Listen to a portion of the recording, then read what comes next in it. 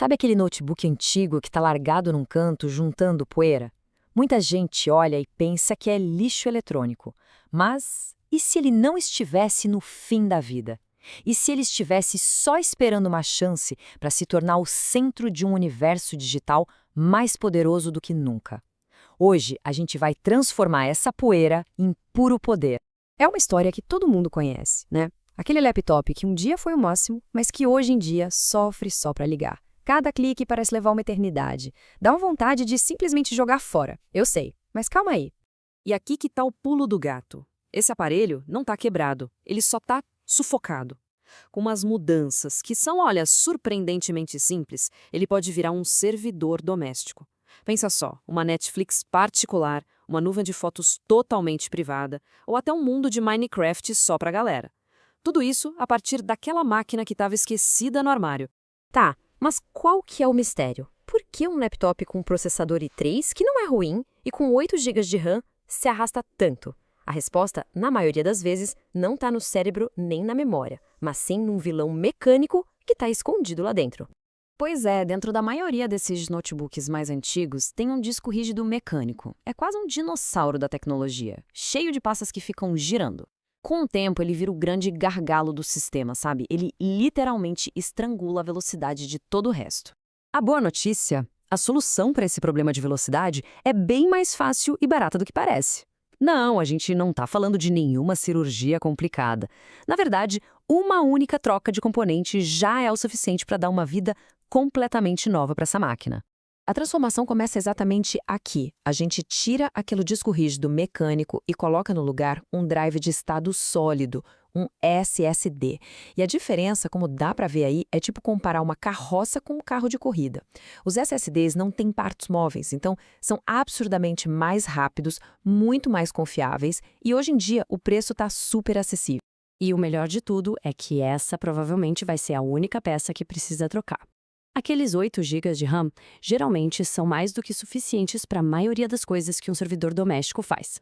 A regra de ouro aqui é: usa o que já tem. Faz a troca do disco e vê o quão longe o hardware original consegue chegar antes de pensar em gastar mais um centavo. Bom, com o corpo da máquina renovado, chegou a hora de um transplante de cérebro. Para que o notebook vire um servidor de verdade, ele precisa de um sistema operacional diferente. Um sistema pensado para ser super eficiente, sem todo aquele peso de um sistema operacional de desktop normal. E esse cérebro novo é o Ubuntu Server. Ele é gratuito, super leve e não desperdiça nenhum pingo de recurso com interface gráfica bonitinha ou programas que não são necessários. Ele é enxuto, focado, perfeito para ficar rodando ali no cantinho 24 horas por dia, 7 dias por semana. A instalação pode até parecer coisa de outro mundo, mas, na real, é só seguir uma receitinha de bolo. O passo mais importante de todos é habilitar o tal do SSH. Pensa nele como se fosse uma porta dos fundos segura que permite controlar o servidor de qualquer outro computador da casa, sem precisar de teclado, mouse, nada disso. E com um comandinho simples, ele continua funcionando de tampa fechada, quietinho no seu canto. Certo, o servidor está de pé e funcionando. E agora? Como é que a gente instala aqueles superpoderes que eu falei? É aqui que a mágica acontece de verdade, com uma ferramenta que transforma aquelas telas pretas cheias de código em cliques simples e amigáveis. Apresento a vocês o Casa OSS. Pensa nele como se fosse a App Store do seu servidor. Ele te dá uma interface linda que você acessa pelo navegador e de lá você instala e gerencia programas superpoderosos com um único clique. Acabou aquele medo da linha de comando. E vamos para o primeiro superpoder, o Jellyfin. É basicamente uma Netflix pessoal.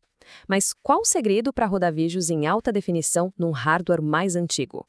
A resposta é a transcodificação por hardware. Funciona assim: em vez de forçar o processador principal, a CPU, a fazer todo o trabalho pesado, ele usa o chip gráfico do notebook, que já é um especialista em vídeo. É como delegar a tarefa para a pessoa certa da equipe, sabe? E esse gráfico aqui mostra o resultado de um jeito incrível. Olha só. Sem a transcodificação por hardware, a CPU vai para 100%, fica no limite, sofrendo para dar conta. Agora, com essa função ativada, o uso da CPU despenca para menos da metade. O resultado? Reprodução lisinha, sem engasgo nenhum. Uma única configuraçãozinha que muda tudo. O segundo superpoder devolve o controle sobre as nossas próprias memórias. O Image cria uma nuvem de fotos totalmente privada dentro de casa. As fotos do celular são salvas ali, automaticamente, de forma segura. Isso significa controle total sobre os momentos mais preciosos e, claro, o fim daquelas taxas mensais de serviços como o Google Fotos ou o iCloud. E para quem curte um game, o terceiro superpoder, um servidor de Minecraft particular.